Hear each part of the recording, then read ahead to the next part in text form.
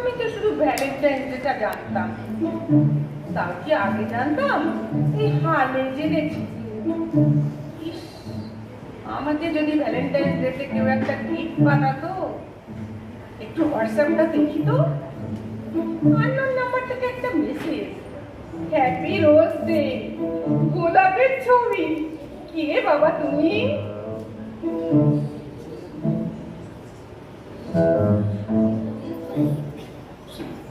লোকটা তো সেই মোবাইল ফোনে মুখ বুঝে বসে রয়েছে। কি চাটা খাওয়া হবে নাকি? হবে না? চা তো জুড়িয়ে জল হয়ে গেল।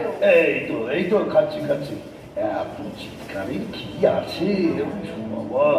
কি এমন গুরুত্বপূর্ণ মেসেজ এলো যে টাইম কথা মনে নেই? কটা গার্লফ্রেন্ড থেকে মেসেজ এলো? আজ তো ভ্যালেন্টাইন্স ডে। সেদিন গিয়েছে গিন্নি। এই বুড়ো বয়সে কে আর ভ্যালেন্টাইন্স উইশ করবে? হ্যাঁ, তুমি তো একটা উইশ করতে পারতে। আজই খেতা, প্রেমের পও তোমার মধ্যে কখনো দেখিনি। আমি গেলাম রান্নাঘরে। এই লোকটাকে তো বলতেও পারছি না, ওই নম্বরটা থেকে আবার মেসেজ এসেছে। বিকেলে দেখা করতে বলেছে মেট্রো স্টেশনের কাছে। যাব, বেশ একটা অ্যাডভেঞ্চার হবে। কিন্তু যদি কোনো বদমাইশ লোক হয়, তাহলে বেশ করে করকে দেব একজন ভদ্র মহিলাকে বিরক্ত করার জন্য। বেশ একটা মজা হবে।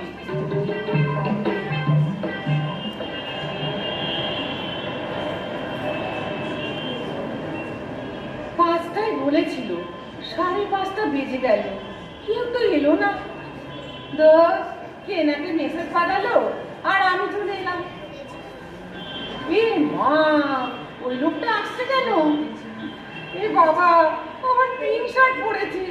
এটা কি তাহলে? কি হলো?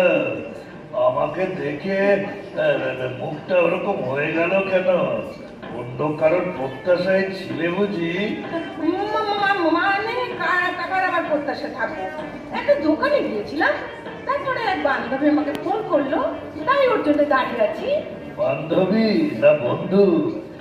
মানে আজকের দিনে প্রেমিক?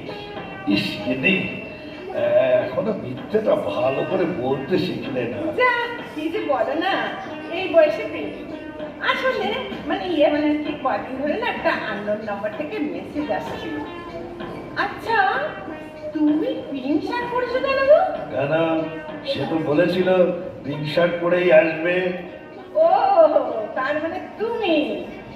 কিন্তু আননোন নাম্বার থেকে মেসেজ করেছিলে, নতুন ফোন কিনেছো? ভ্যালেন্টাইন্স ডেতে তোমাকে গিফট দেবো বলে।